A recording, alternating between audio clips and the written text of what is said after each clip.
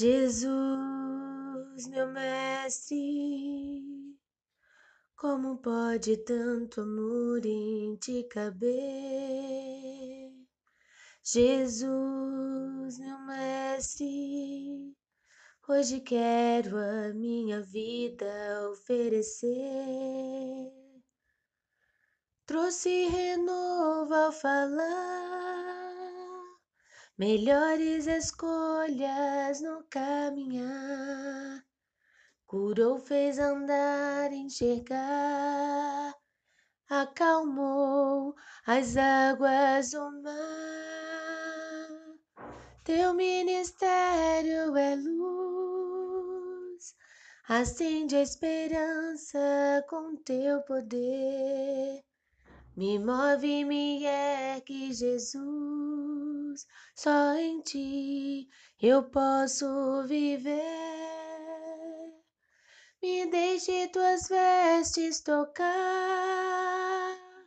me banhe em tuas águas de amor, me faz todo dia lembrar nosso encontro no monte, Senhor.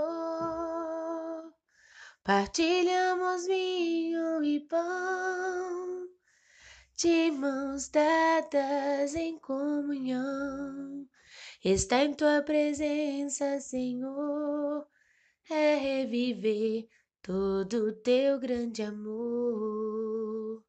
Partilhamos vinho e pão, de mãos dadas em comunhão.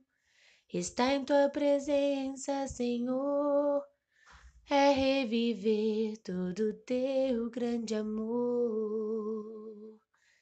Está em tua presença, Senhor, é reviver todo o teu grande amor. Oremos. Senhor Jeová, sabemos que o teu primeiro mandamento, Senhor, era amar a Deus sobre todas as coisas e ao próximo como a si mesmo. E dentro desse mandamento, irmãos, encontra-se uma enciclopédia de incalculáveis ensinamentos. Ninguém que viva esse ensinamento deixará de desfrutar de paz e alegria. Sabemos, Senhor, que não basta apenas pronunciar, e sim sentir e viver essa lei. Porque se fosse assim tão fácil, não haveria necessidade de tantas idas e vindas a esse planeta. A vinda a esse planeta, irmãos, só tem uma finalidade: a evolução.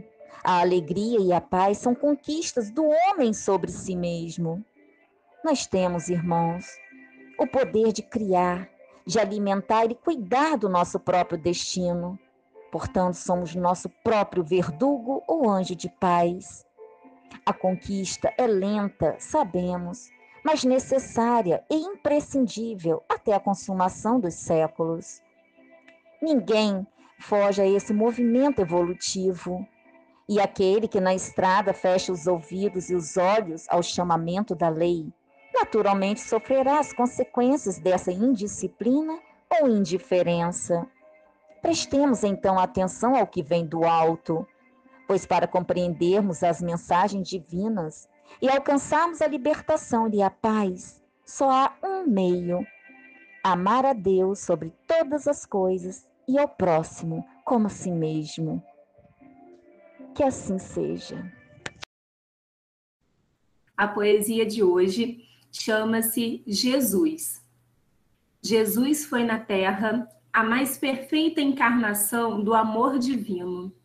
E ainda hoje, nos dias amargurados que transcorrem, é para a humanidade a promessa de paz, o manto protetor que abriga os aflitos e os infelizes, o pão que sacia os esfomeados das verdades eternas, a fonte que desaltera todos os sofredores. Apegai-vos a ele, cheios de confiança.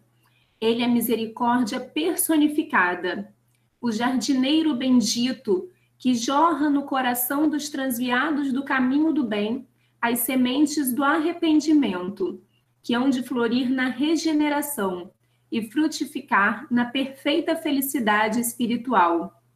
Ouvi a sua voz, no silêncio da consciência que vos fala, do cumprimento austero de todos os deveres cristãos. E um dia descansareis reunidos à sombra da árvore luminosa das boas ações que praticastes, longe das lágrimas do orbe obscuro, dos prantos e das provações remissoras. Essa poesia foi ditada pelo Espírito Marta, do livro Espíritos Diversos, de Francisco Cândido Xavier. Vamos então estar iniciando a nossa palestra da manhã de hoje, pedindo ao nosso Mestre Jesus que possa estar nos abençoando, para que a palestra de hoje seja um alimento, seja um fortalecimento aos nossos dias. Comentando aqui a poesia, né? Uma poesia linda que fala do nosso Mestre Jesus, justamente escolhida pelo tema, pois hoje vamos estar falando um pouquinho de Jesus, um pouquinho do seu Evangelho. O tema da nossa palestra é: quem me segue não anda nas trevas. É um versículo que está lá em João, no capítulo 8, versículo 12, e vamos estar entendendo um pouquinho mais sobre essa orientação do nosso Mestre Jesus, uma afirmativa, uma promessa que ele nos fez. A partir do momento que vamos estar seguindo o seu Evangelho, seguindo a tua lei de amor, vamos estar, então, salvos, vamos estar libertos das trevas, da escuridão do mundo.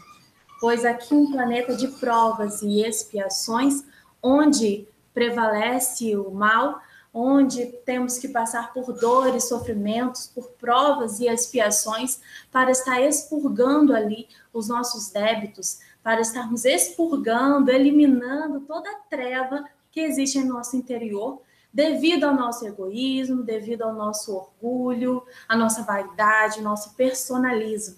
Então, eu vou ler todo o versículo desse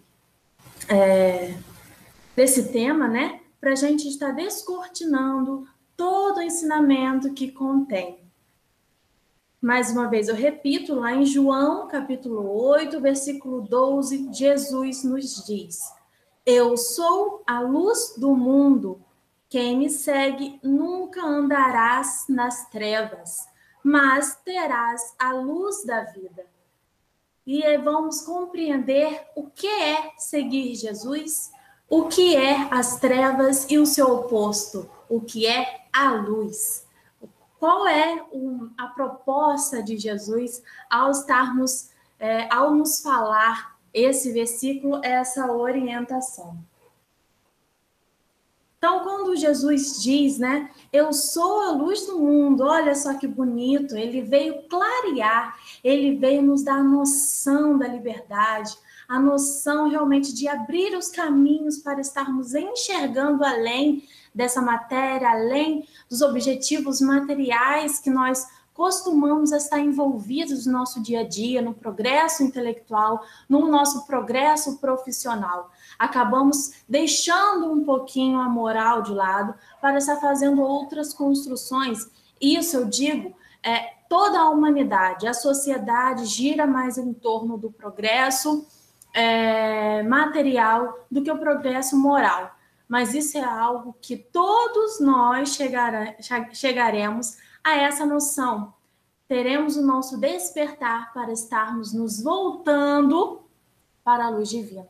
E o que seria, então, as trevas? Porque Jesus disse, quem me segues não andará nas trevas. O que é essa treva? A treva aqui, que é a escuridão, representa a ignorância do saber, a ignorância do agir, a ignorância diante das nossas escolhas. É estarmos voltados com os nossos pensamentos de forma sombria. E o que é pensamentos sombrios? É justamente tudo aquilo que é voltado para o material, para o interesse próprio, para o egoísmo. É estarmos sempre pensando no pior, é estarmos julgando, é não perdoarmos. Tudo isso são trevas que habitam em nós. São trevas que muitas das vezes nós escolhemos seguir e agir de acordo com essas trevas, com esse nosso lado sombrio. Nosso Pai Jeová nos criou simples e ignorantes para estarmos fazendo a nossa construção pelo nosso mérito, pelas nossas vivências reencarnatórias. E dessa forma, no nosso caminhar ainda leigo, fomos para o lado esquerdo ao invés de ir para o direito. Jesus está do lado direito, vamos dizer dessa forma, né? Então, treva significa isso, significa ignorância, significa estar na cegueira, estar com a venda que tapa ali o nosso olhar para a direção correta. E a luz? O que significa a luz? Porque Jesus disse, eu sou a luz do mundo. Ele afirmou isso. E luz é justamente o conhecimento, é o saber. Porque Deus gravou sua lei em nossa consciência. Mas é preciso uma luz clarear o caminho para estarmos despertando e acessando toda a lei moral, toda a lei divina. E Jesus é essa luz, essa lamparina que se acendeu em nosso coração a partir dos seus exemplos, de suas vivências. E o que é esse seguir? Porque para não andar nas trevas, é preciso seguir Jesus, pois ele diz, quem me segue? E lá em Mateus, no capítulo 16, versículo 24, nós vamos ter uma noção maior do que seja esse seguir a Jesus. Porque Jesus diz, se alguém quer me seguir, renuncie a si mesmo, tome a sua cruz e siga-me. Então, primeiro temos que querer seguir a Jesus. Depois nós temos que começar a trabalhar o nosso interior, trabalhar a nossa vontade, o nosso interesse. Pois para seguir Jesus, devemos estar renunciando. Não há como seguir a Jesus se não houver renúncia. Renúncia de nós mesmos. Renúncia dos nossos interesses materialistas, das nossas conquistas, de olhar somente para si mesmo, olhar somente por nossa família de sangue. Porque ao seguir Jesus, nós adentramos ao conhecimento, nós adentramos à família universal. A fraternidade, onde todos nós somos irmãos, todos nós formamos uma única família. Para seguir Jesus, temos que compreender essa lição de que a nossa família de sangue é importante, é fundamental para a nossa evolução, mas temos que olhar muito além. Temos que olhar para o próximo como também nosso irmão. Como falou na oração, o mandamento de Jesus, amar a Deus acima de todas as coisas e o próximo como a nós mesmos. E todos são o nosso próximo. Não só o nosso irmão, não só aquele que está ao nosso lado, não só aquele que nós conhecemos, a vida, a história, as lutas, mas todos aqueles, todos as pessoas, né? Porque quando nós conhecemos a história, quando conhecemos a luta, nós julgamos menos. Mas quando a gente desconhece como que tal pessoa chegou ao ponto em que se encontra, nós julgamos mais.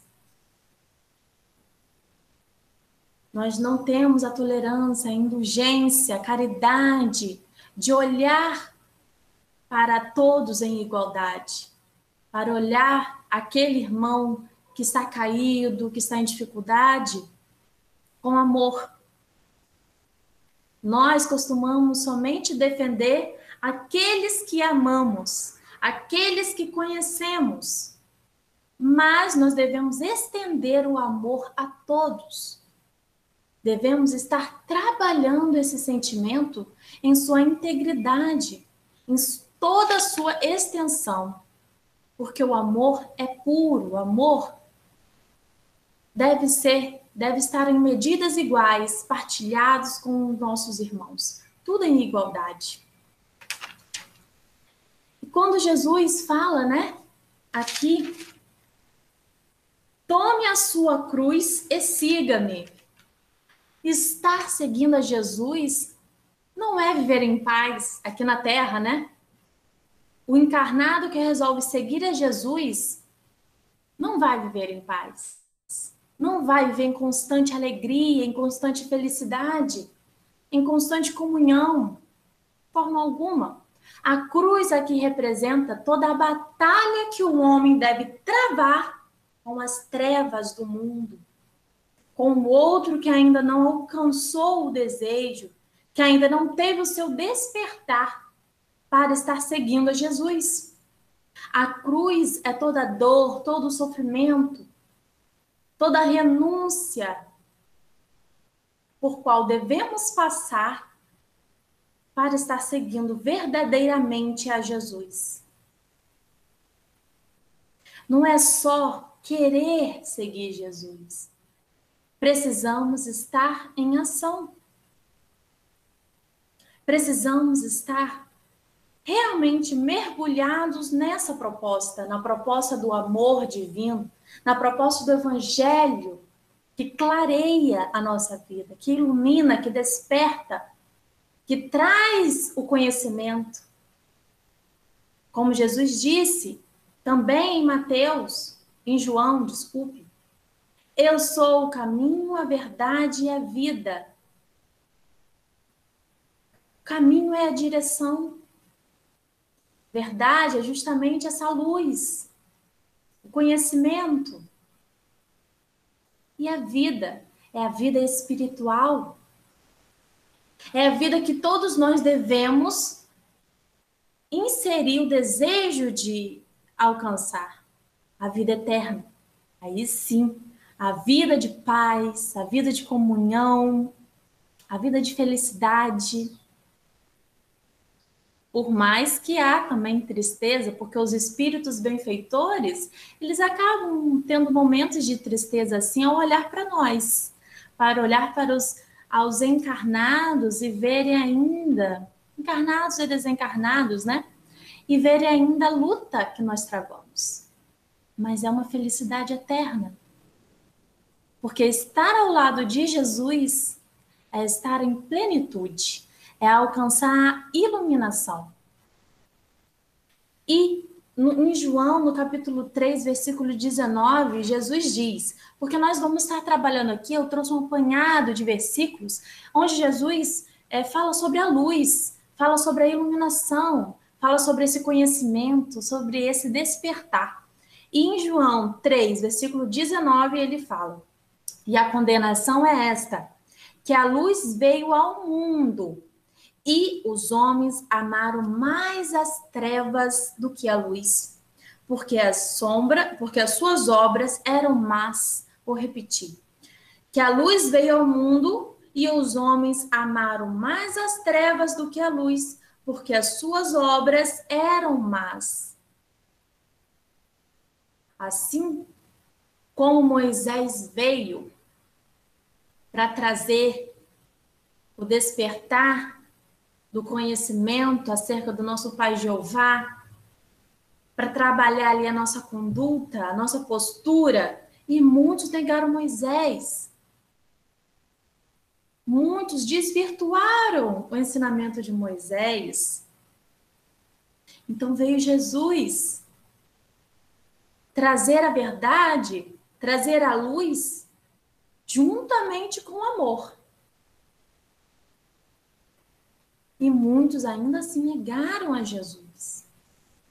Jesus veio explicar toda a lei mosaica, toda a lei, né, dos profetas, como lá no Evangelho segundo o Espiritismo, no capítulo 1, diz, não vim destruir a lei, mas dar o cumprimento. Ele veio nos explicar que todo o ensinamento deve ser trabalhado no nosso interior e não no nosso exterior. Devemos tomar cuidado com aquilo que sai, não com aquilo que entra. Devemos tomar cuidado para limpar o nosso interior e não o nosso exterior, como as mãos. Então, Jesus veio e nós o negamos. Nós não aceitamos, porque ainda estávamos e estamos, né? Voltados com os nossos pensamentos para as obras más. O que são as obras más? O que são essas más construções? Justamente aquilo que está pautado no interesse próprio. Justamente aquilo que traz a noção do eu, somente eu, que é o egoísmo. Na crença materialista de que o homem é o centro de tudo. Mas não, Jesus é que é o centro. Jesus é que é o caminho. E nós devemos nos direcionar a Jesus. Tomar essa direção e seguir em frente. Já é a hora de estarmos tendo esse despertar. Porque não basta, como eu já falei, ser cristã no exterior. Ser cristã somente por seguir uma religião. É fundamental praticarmos. Não só admirar a obra de Jesus, não só admirar a sua palavra e o seu evangelho, mas colocar em ação. Assim como já demos a explicação, o conhecimento acerca do amor. O amor sem obras é morta. A fé, no caso, a fé sem obra é morta, assim como o amor também, que não é amor, não é mesmo? Não adianta só admirar. Você deve colocar essa admiração em ação. E como que a gente coloca a admiração de Jesus, né? Em ação, repetindo as suas lições, andando em suas pegadas, seguindo a Jesus, simplesmente. Simplesmente em palavras, porque realmente é muito difícil. Realmente ainda, por estarmos aqui envolvidos nessa matéria densa, acabamos obscurecendo o nosso pensamento, esquecendo todas as nossas promessas antes da reencarnação, esquecendo os nossos compromissos, a nossa missão. Nos envolvemos nas trevas. Nos envolvemos nas trevas. Então, vou ler aqui no Fonte Viva, no capítulo 166, em que fala assim, ó, sigamos-lo. Trabalhando esse mesmo versículo, aquele que me segue não andarás nas trevas. Há quem admire a glória do Cristo, mas a admiração pura e simples pode transformar-se em êxtase inoperante. Como eu falei, não adianta só admirar. Ficar admirando, ficar olhando, sem fazer nada, não vai adiantar ao nosso aprimoramento espiritual. Há quem creia nas promessas do Senhor. Todavia, a crença só por si pode gerar o fanatismo e a discórdia.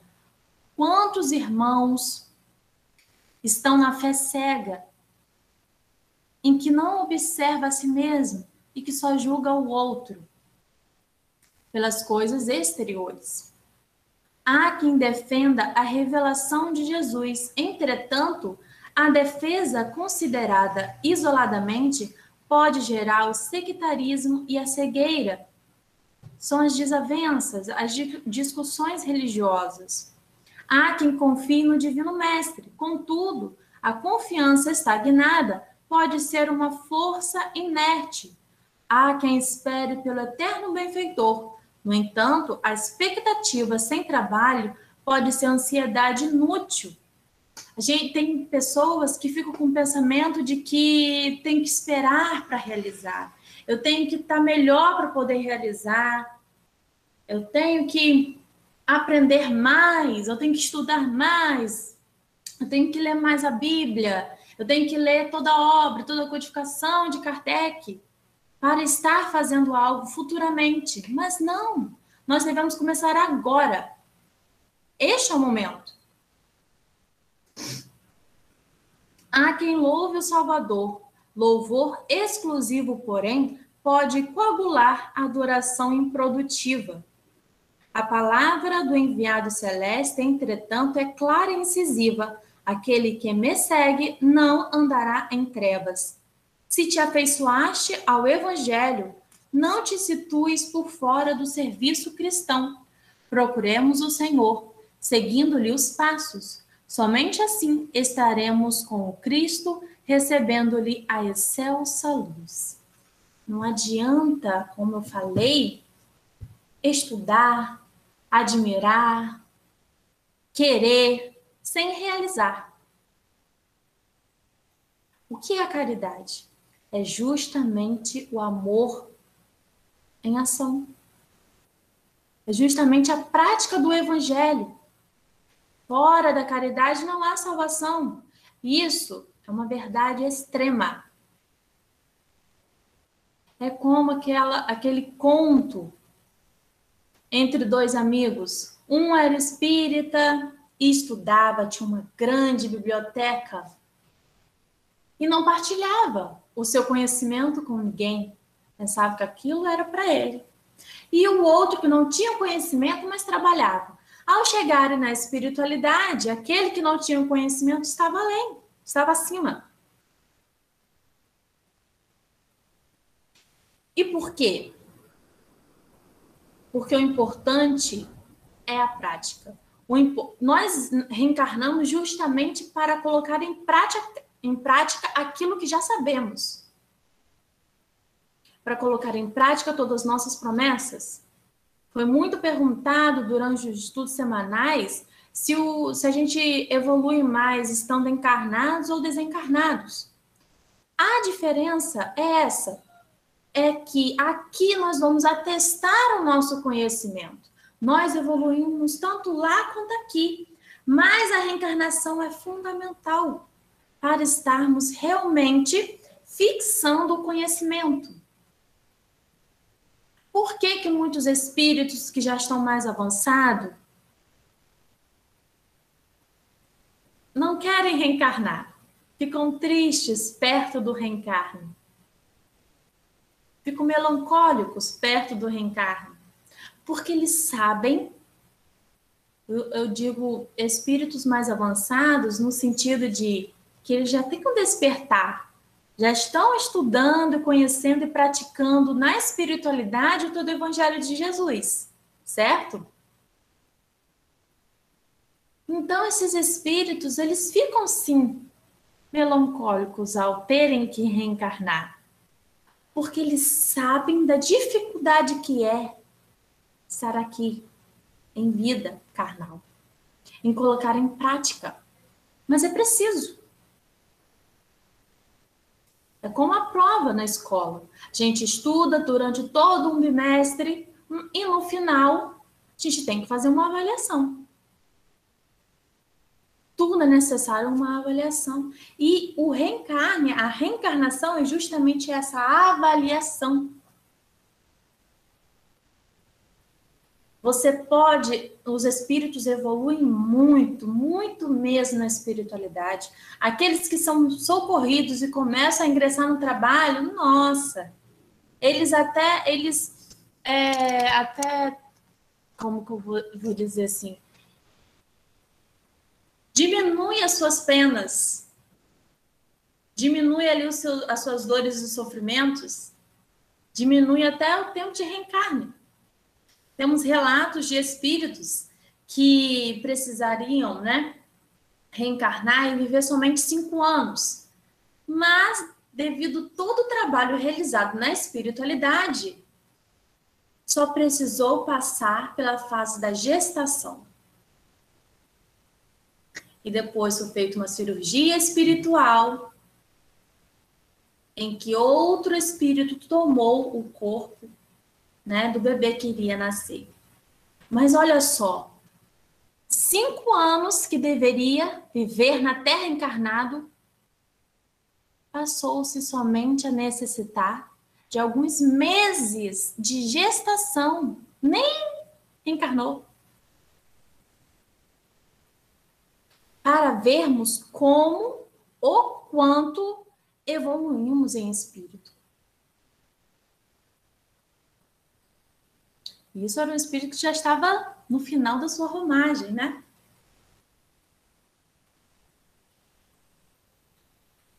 Vamos continuar, então, a trazer aqui versículos acerca da luz.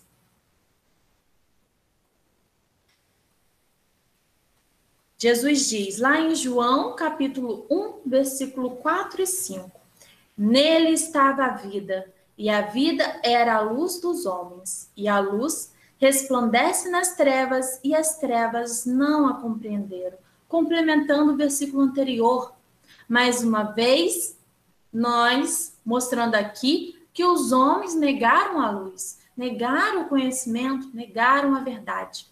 E a gente lembra do mito da caverna de Platão? Quem conhece? Quem não conhece, não é mesmo?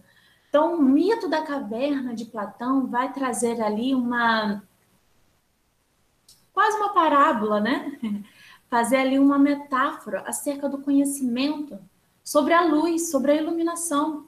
Nesse conto da caverna, Platão faz ali a alegoria, né, de que existe uma caverna onde pessoas eram presas por correntes viradas para o fundo da caverna. E na saída da caverna, né, tinha uma luz, mas eles não olhavam a luz, eles olhavam para o fundo da caverna e via ali somente as sombras, o reflexo daquela luz que vinha do exterior, porque quando passava alguma coisa ali na caverna, a luz batia e projetava ali a sombra no fundo da parede da caverna, né? Até que um dia, que estava ali preso, olhando somente para o fundo, resolveu virar-se e viu que tudo aquilo que estava sendo projetado no fundo da caverna era uma mera representação, não chegava nem perto da realidade. Ele resolveu então sair da caverna. A primeiro momento ele ficou enseguecido pela luz, porque não estava acostumado, né? Como a gente, estando dormindo, de repente acende a luz. A gente demora a se acostumar com aquela luz, não é mesmo?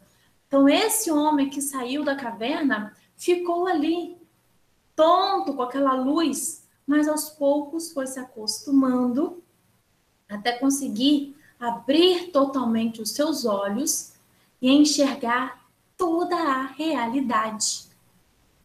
Enxergar as coisas como elas são. E qual foi a atitude desse homem ao conhecer todas as coisas?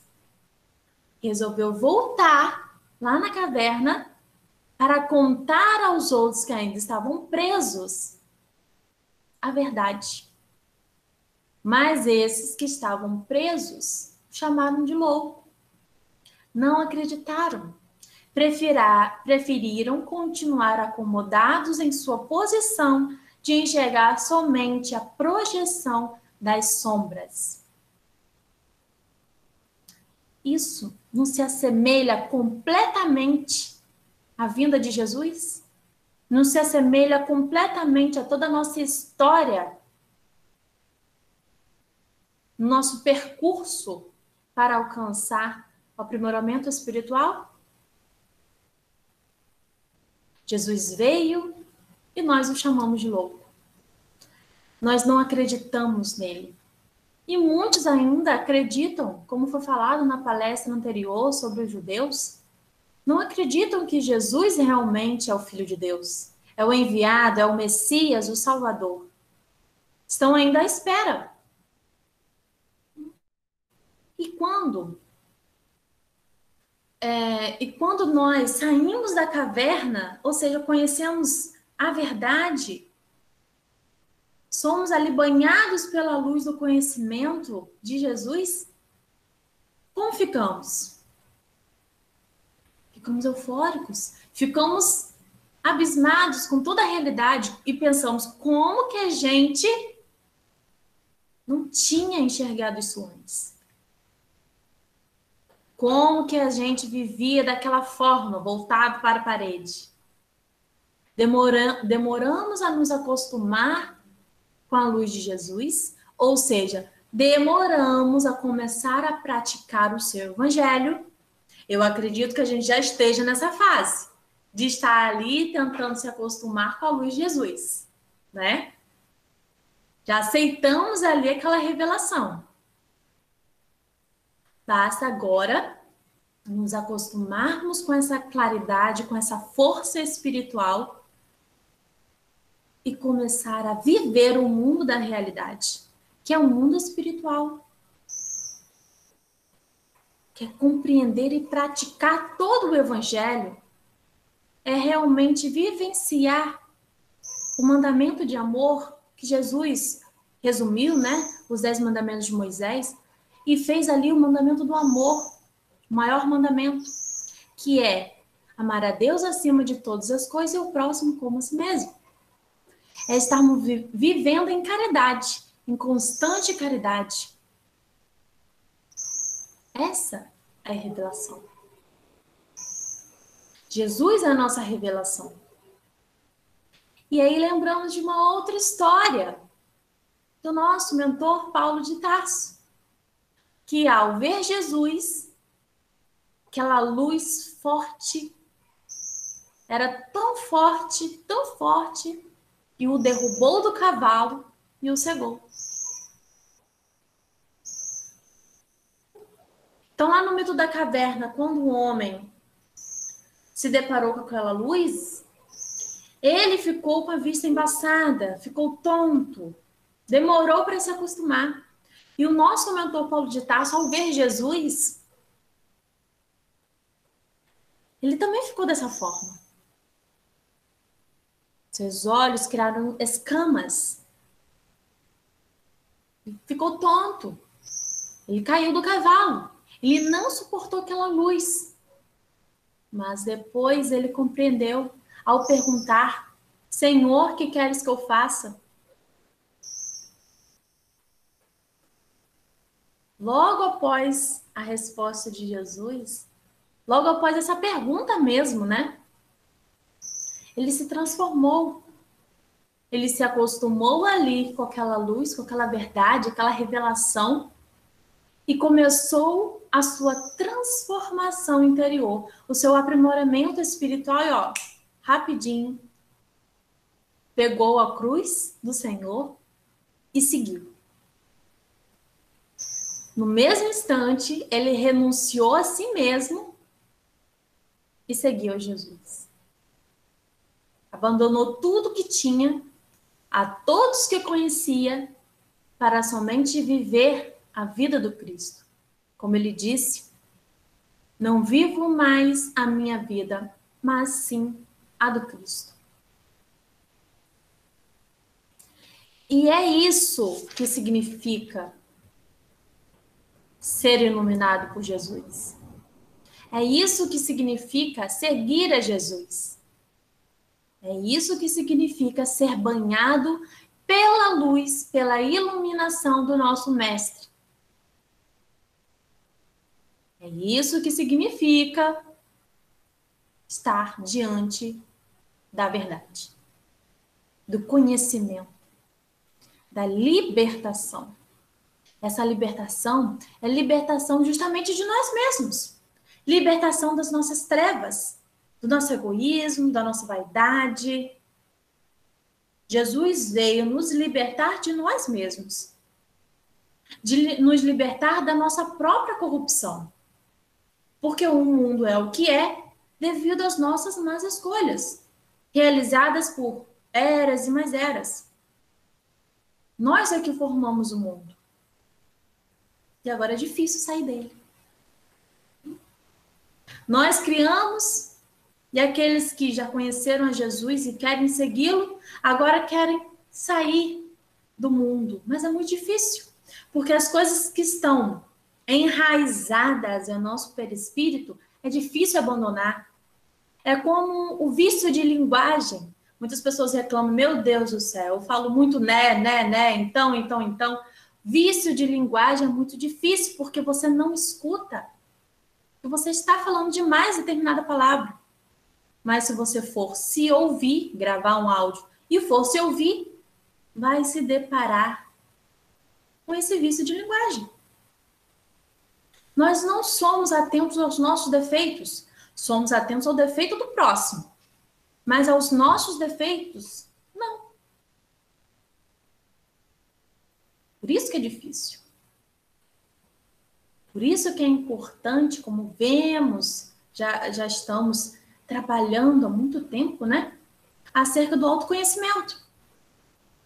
Que semana que vem é o tema da nossa palestra. Conhecer a si mesmo. Então, é difícil exatamente por isso. É difícil nos abandonar.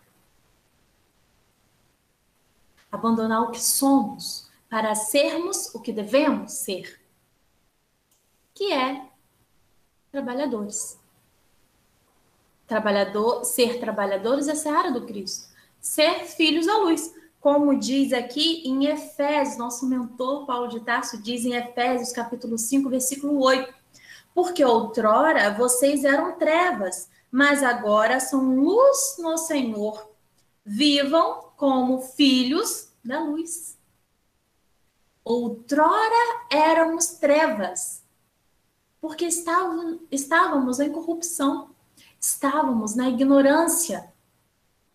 Se entrarmos em um quarto totalmente escuro, não vamos reconhecer o que tem nele. Não vamos saber como alcançar a janela, como alcançar a porta, onde tem uma cadeira para eu me sentar. Trevas é isso, é a cegueira, é a ignorância, é a escuridão. Mas agora são luz no Senhor, porque Jesus já veio, já nos salvou dessa treva a partir da sua palavra, a partir do seu evangelho. Então, já podemos ser filhos da luz. Já temos a condição de caminhar por essa estrada iluminada que Jesus nos apontou, que Jesus construiu para nós. E aí vemos que essa noção de luz não chegou, não veio, não surgiu a partir de Jesus. Mas não. Temos lá em Salmos, no capítulo 119, versículo 105, que diz: a tua palavra é lâmpada que ilumina os meus passos e luz que clareia o meu caminho. Desde o Antigo Testamento, temos a noção de que Deus é luz. E Jesus, como ele fala, né? Eu estou em meu Pai está em mim. Jesus veio à Terra para estar ensinando mais abertamente, né? Toda a palavra, toda a lei de Deus. Lá em Salmo, lá no Antigo Testamento, os judeus já tinham esse entendimento de que o Senhor é a luz que ilumina, é a luz que clareia, porque as trevas é ausência de luz, a sombra é ausência de luz. Se eu não acender a lâmpada, tudo vai continuar em escuridão. Mas se eu acender a lâmpada e não apagá-la, não haverá sombra que possa apagá-la. Não tem como. Uma vela que seja aqui a postos vai estar iluminando todo o seu redor. Não importa o tamanho da escuridão que haja em volta. A luz sempre vai iluminar. A luz sempre vai apontar o caminho. E quem acende essa luz somos nós. É o nosso querer, a nossa vontade. Então, temos que despertar a vontade, temos que acender esse desejo de termos Jesus em nossa vida, em nosso caminhar. Jesus é a luz, mas Jesus é a luz, Jesus é a libertação, somente Jesus salva, temos esse conhecimento. Mas somente nós é que podemos estar acessando, é que podemos estar acendendo essa luz, essa chama, essa vontade. Depende de nós. Depende realmente da sinceridade do meu querer.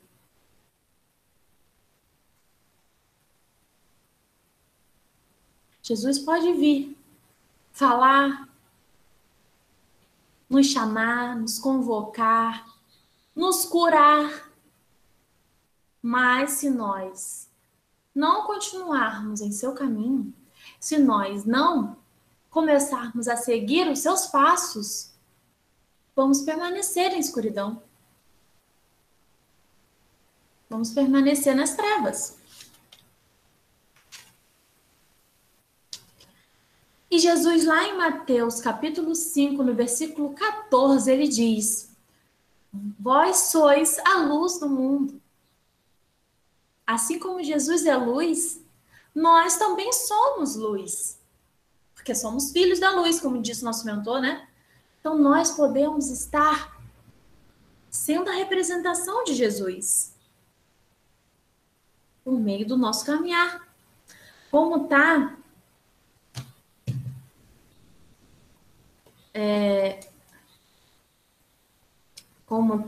aqui no Fonte Viva,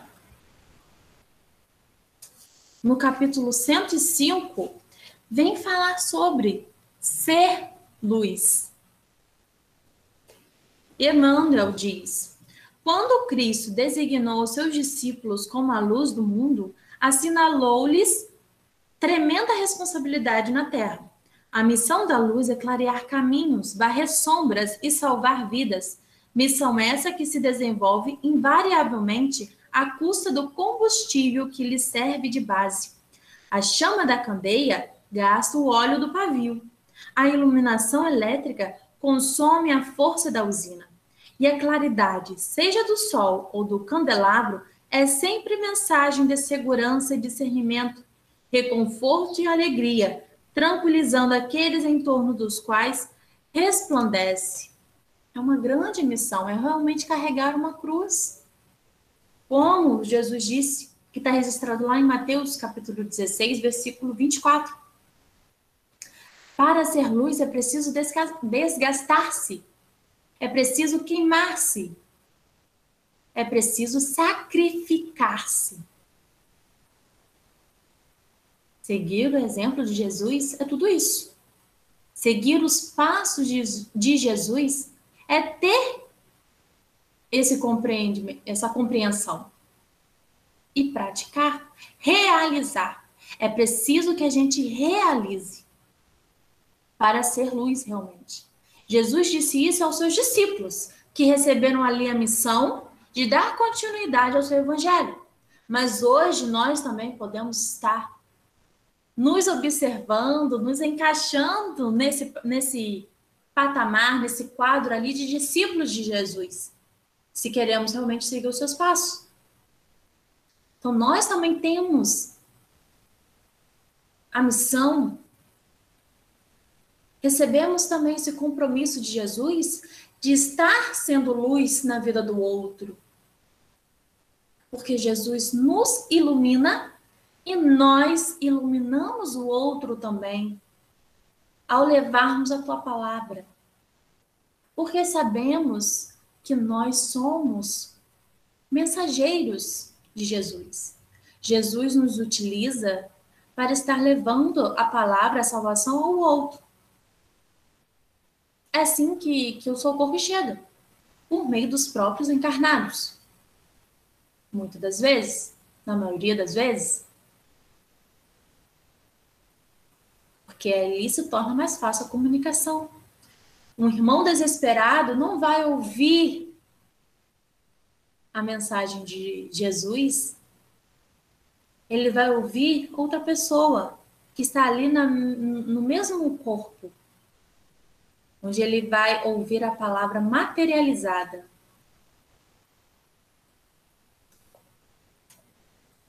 Em Colossenses, no capítulo 1, versículo 13, o nosso mentor Paulo de Tarso diz: pois ele nos resgatou do domínio das trevas e nos transportou para o reino do seu Filho amado. Nós já fomos resgatados, já recebemos o nosso chamado. Agora é preciso aceitar e praticar. É preciso realmente internalizar essa missão. Não ficar aguardando, não ficar esperando o melhor momento. Nós é que fazemos o melhor momento. No livro Contos e Apólogos, no último capítulo, deixa eu ver aqui, no capítulo 40, que fala nos domínios da sombra, não vai dar tempo de ler, mas eu vou estar trazendo o exemplo, em que é feita uma reunião nas trevas, entre os nossos irmãos ainda ignorantes, em que eles estavam fazendo uma reunião, um planejamento, para estar desvirtuando as pessoas. Desvirtuando, tirar as pessoas do caminho do evangelho. E ali vários irmãos ignorantes, né? Eles dão ideias. Vamos estar... agora... cita um monte de exemplo. Vamos estar influenciando, vamos estar inserindo ali ideias do mundo, tudo isso. Aí o chefe, né, das trevas, não, isso nós já fizemos. Não, isso não é tão eficaz. Chega um momento que dá determinada solução. E olha a solução. É começar a influenciar os médiuns para receber palavras disfarçadas, né? A ovelha, o lobo em pele de ovelha, né? Em que dizia: vocês receberam um chamado.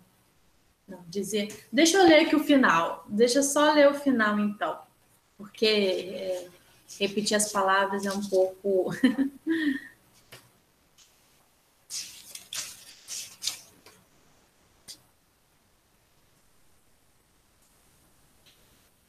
Diremos que o Espiritismo com Jesus, pedindo às almas encarnadas para que se regenerem, buscando conhecimento superior e servindo a caridade. É de fato o roteiro da luz, mas que há tempo bastante para a redenção, que ninguém precisa incomodar-se, que as realizações edificantes não efetuadas numa existência podem ser atendidas em outras, que tudo deve permanecer agora como está, no íntimo de cada criatura, na carne, para vermos como ficarão depois da morte, que a liberalidade do Senhor é incomensurável e que todos os serviços e reformas da consciência marcadas para hoje podem ser transferidos para amanhã.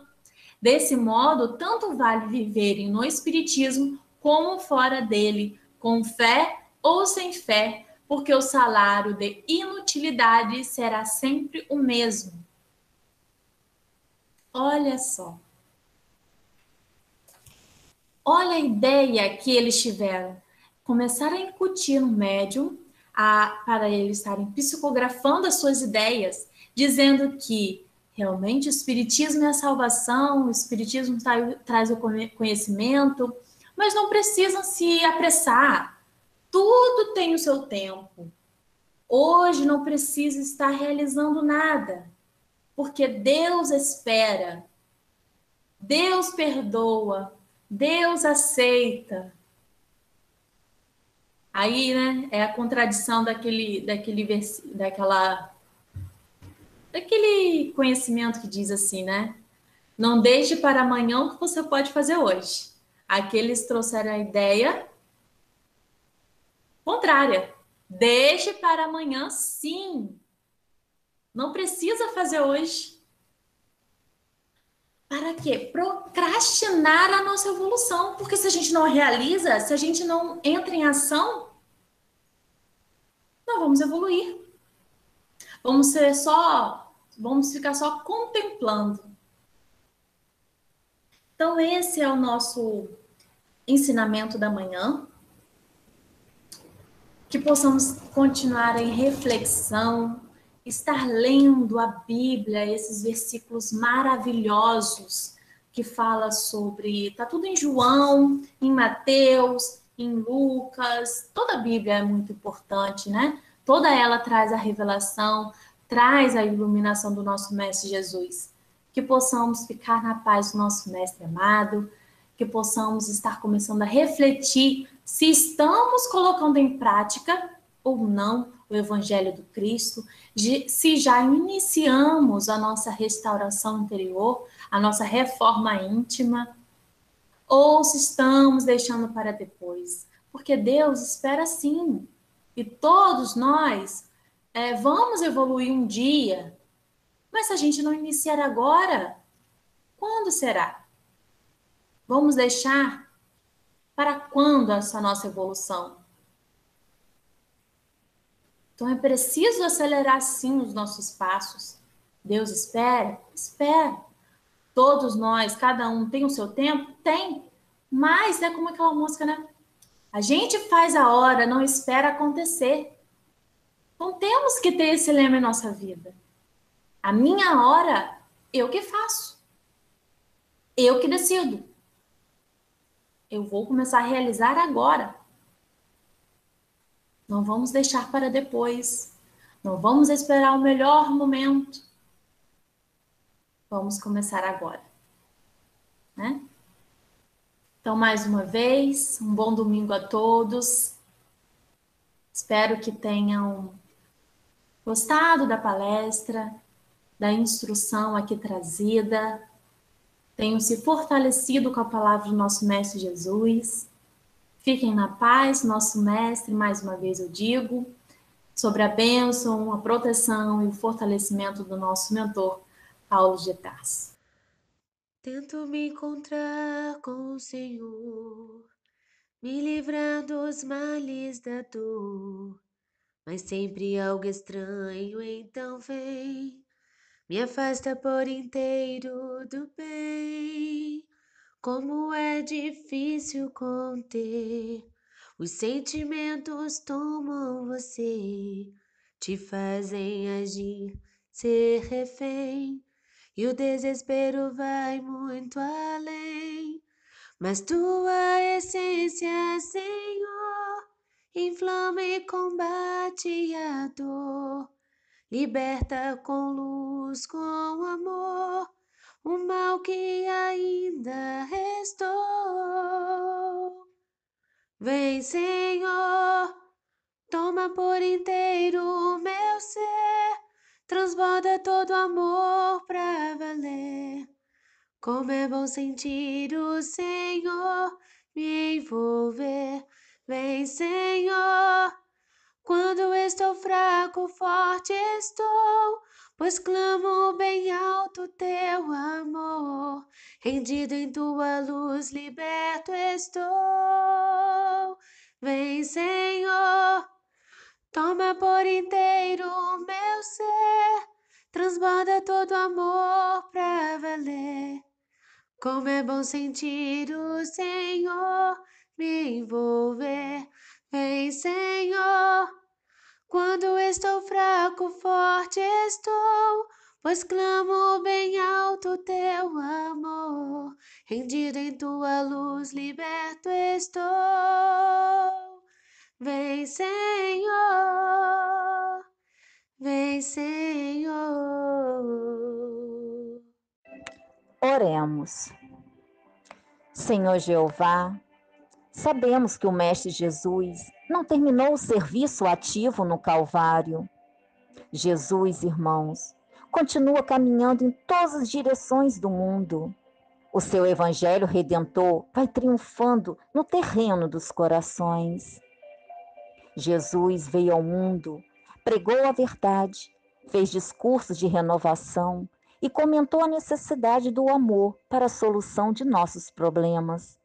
No entanto, irmãos, o Mestre misturou palavras e testemunhos vivos, pois ele entendia que por pregação seria igualmente os sacrifícios da vida. Em dolorosas peregrinações e profundos esforços da vontade, Paulo de Tarso seguiu o Mestre entre açoites e sofrimentos. Numerosos discípulos do Evangelho, acordados de suas ilusões terrestres, ergueram-se para o serviço da redenção e demandaram os testemunhos santificados no trabalho e no sacrifício. E isso constitui, irmãos, um acervo de lições muito claras à humanidade dos últimos tempos. Perguntemos a nós mesmos se estamos realmente seguindo Jesus ou apenas as normas do culto externo. Isso é muito importante, porque levantar e renovar-se deve ser o nosso lema. Que assim seja.